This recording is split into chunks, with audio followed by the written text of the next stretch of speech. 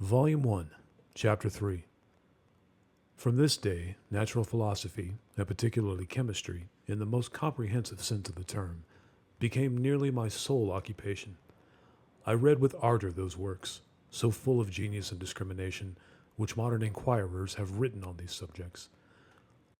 I attended the lectures, and cultivated the acquaintance of, the men of science at the university, and I found even in Mr. Krempe a great deal of sound sense and real information, combined, it is true, with a repulsive physiognomy and manners, but not on that account less valuable. In Mr. Waldman I found a true friend. His gentleness was never tinged by dogmatism, and his instructions were given with an air of frankness and good nature that banished every idea of pedantry. It was, perhaps, the amiable character of this man that inclined me more to that branch of natural philosophy which he professed, than an intrinsic love for the science itself. But this state of mind had place only in the first steps towards knowledge. The more fully I entered into the science, the more exclusively I pursued it for its own sake. That application, which at first had been a matter of duty and resolution, now became so ardent and eager that the stars often disappeared in the light of morning whilst I was yet engaged in my laboratory. As I applied so closely, it may be easily conceived that I improved rapidly. My ardor was indeed the astonishment of the students, and my proficiency that of the masters. Professor Krempe often asked me, with a sly smile, how Cornelius Agrippa went on, whilst Mr. Waldman expressed the most heartfelt exultation of my progress. 2 years passed in this manner, during which I paid no visit to Geneva, but was engaged heart and soul in the pursuit of some discoveries which I had hoped to make. None but those who have experienced them can conceive of the enticements of science. In other studies you go as far as others have gone before you, and there is nothing more to know. But in a scientific pursuit, there is continual food for discovery and wonder. A mind of moderate capacity, which closely pursues one study, must infallibly arrive at great proficiency in that study.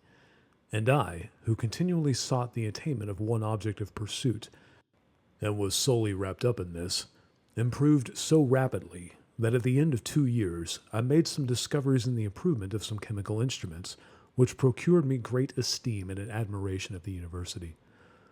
When I had arrived at this point, and had become as well acquainted with the theory and practice of natural philosophy as depended on the lessons of any of the professors in Ingolstadt, my residence there being no longer conducive to my improvements, I thought of returning to my friends and my native town, when an incident happened that protracted my stay. One of the phenomena which had peculiarly attracted my attention was the structure of the human frame, and, indeed, any animal endued with life. Whence, I often asked myself, did the principle of life proceed? It was a bold question, and one which has ever been considered as a mystery. Yet with how many things are we upon the brink of becoming acquainted, if cowardice or carelessness did not restrain our inquiries? I revolved these circumstances in my mind, and determined thenceforth to apply myself more particularly to those branches of natural philosophy which relate to physiology. Unless I had been animated by an almost supernatural enthusiasm, my application to this study would have been irksome and almost intolerable. To examine the causes of life, we must first have recourse to death. I became acquainted with the science of anatomy, but this was not sufficient. I must also observe the natural decay and corruption of the human body. In my education, my father had taken the greatest precautions that my mind should be impressed with no supernatural horrors. I do not even remember to have trembled at a tale of superstition, or to have feared the apparition of a spirit. Darkness had no effect on my fancy, and a churchyard was to me merely the receptacle of bodies deprived of life, which, from being the seat of beauty and strength, had become food for the worm. Now I was led to examine the cause and progress of this decay, and forced to spend days and nights in vaults and channel houses. My attention was fixed upon every object the most insupportable to the delicacy of the human feelings. I saw how the fine form of man was degraded and wasted. I beheld the corruption of death succeed to the blooming cheek of life. I saw how the worm inherited the wonders of the eye and brain.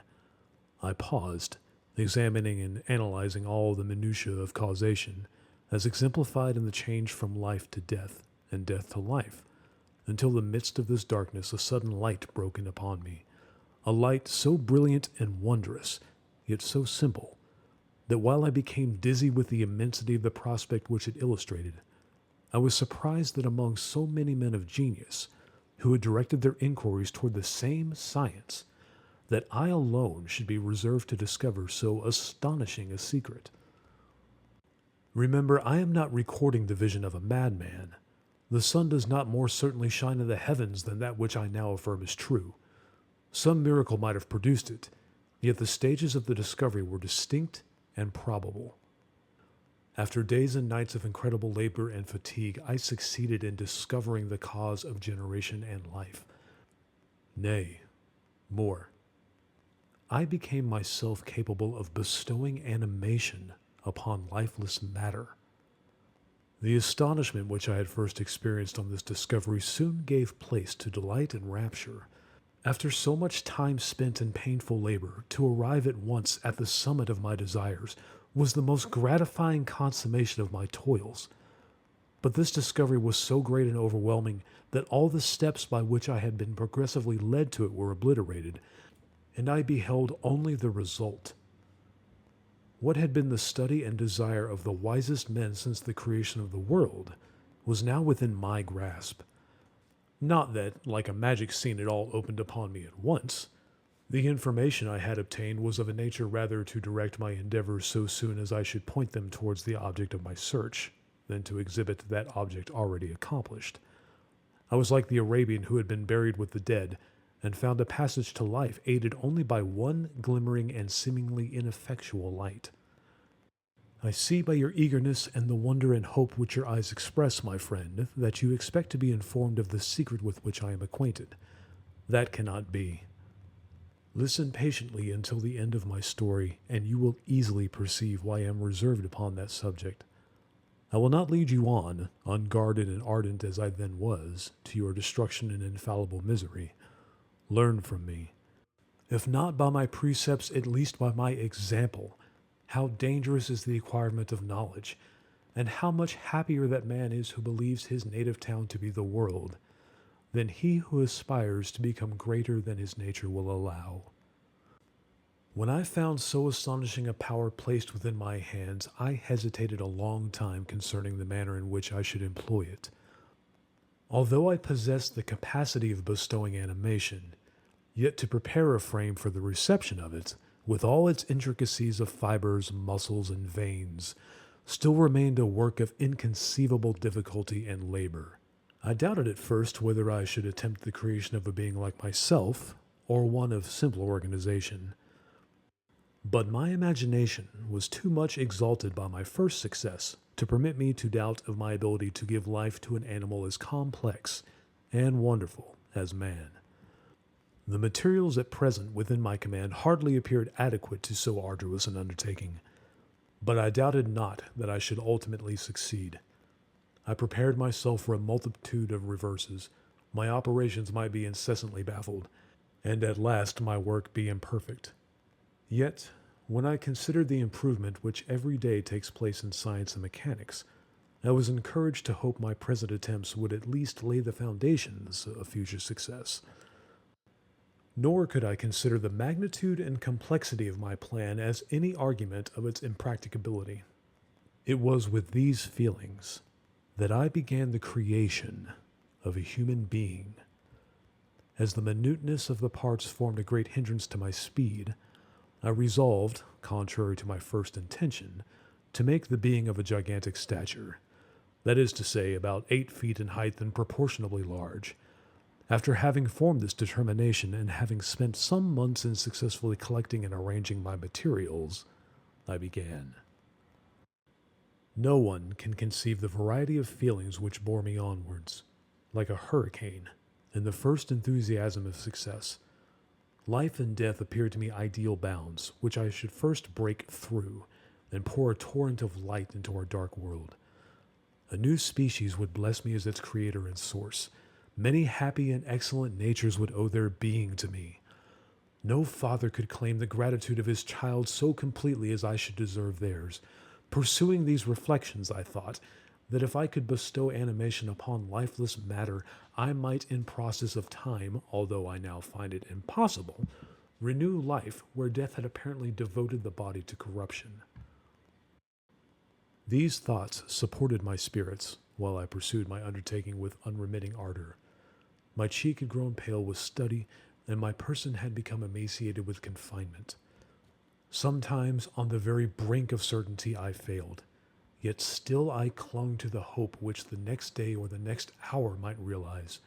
One secret, which I alone possessed, was the hope to which I had dedicated myself, and the moon gazed on my midnight labors, while, with unrelaxed and breathless eagerness, I pursued nature to her hiding places. Who shall conceive the horrors of my secret toil, as I dabbled among the unhallowed damps of the grave, or tortured the living animal to animate the lifeless clay? My limbs now tremble, and my eyes swim with the remembrance. But then a resistless and almost frantic impulse urged me forward. I seemed to have lost all soul or sensation but for this one pursuit. It was indeed but a passing trance that only made me feel with renewed acuteness so soon as, the unnatural stimulus ceasing to operate, I had returned to my old habits. I collected bones from charnel houses and disturbed with profane fingers the tremendous secrets of the human frame. In a solitary chamber, or rather cell, at the top of the house, and separated from all other apartments by a gallery and staircase, I kept my workshop of filthy creation. My eyeballs were starting from their sockets and attending to the details of my employment. The dissecting room and the slaughterhouse furnished many of my materials, and often did my human nature turn with loathing from my occupation, whilst still urged on by an eagerness which perpetually increased. I brought my work near to a conclusion. The summer months passed while I was thus engaged, heart and soul, in one pursuit. It was a most beautiful season. Never did the fields bestow a more plentiful harvest, or the vines yield a more luxurious vintage. But my eyes were insensible to the charms of nature. And the same feelings which made me neglect the scenes around me caused me also to forget those friends who were so many miles absent, and whom I had not seen for so long a time. I knew my silence disquieted them, and I well remembered the words of my father. I know that while you are pleased with yourself, you will think of us with affection, and we shall hear regularly from you. You must pardon me if I regard any interruption in your correspondence as proof that your other duties are equally neglected. I knew well, therefore, that would be my father's feelings, but I could not tear my thoughts from my employment, loathsome in itself, but which had taken an irresistible hold of my imagination. I wished, as it were, to procrastinate all that related to my feelings of affection until the great object, which swallowed up every habit of my nature, should be completed. I then thought that my father would be unjust if he ascribed my neglect to vice or faultiness on my part, but I am now convinced that he was justified in conceiving that I should not be altogether free from blame. A human being in perfection ought always to preserve a calm and peaceful mind, and never allow passion or a transitory desire to disturb his tranquility. I do not think that the pursuit of knowledge is an exception to this rule. If the study to which you apply yourself has a tendency to weaken your affections, and to destroy your taste for those simple pleasures in which no alloy can possibly mix, then that study is certainly unlawful, that is to say, not befitting the human mind. If this rule were always observed, if no man allowed any pursuit whatsoever to interfere with the tranquility of his domestic affections, Greece had not been enslaved, Caesar would have spared his country, America would have been discovered more gradually, and the empires of Mexico and Peru had not been destroyed. But I forget that I am moralizing in the most interesting part of my tale, and your looks remind me to proceed. My father made no reproach in his letters, and only took notice of my silence by inquiring into my occupations more particularly than before. Winter, spring, and summer passed away during my labors, but I did not watch the blossom or the expanding leaves, sights which before always yielded me supreme delight, So deeply was I engrossed in my occupation. The leaves of that year had withered before my work drew near to a close, and now every day showed me more plainly how well I had succeeded. But my enthusiasm was checked by my anxiety, and I appeared rather like one doomed by slavery to toil in the mines, or any other unwholesome trade, than an artist occupied by his favorite employment. Every night I was oppressed by a slow fever, and I became nervous to a most painful degree. A disease that I regretted the more because I had hitherto enjoyed most excellent health, and had always boasted of the firmness of my nerves. But I believed that exercise and amusement would soon drive away such symptoms, and I promised myself both of these when my creation should be complete. Thank you again for listening to this latest work. If you enjoyed this, I'd be grateful if you subscribed, left me a like, or shared this video with someone who loves these timeless stories. Your support helps me not only do what I do, but also preserves these stories and literary classics for listeners all over the world.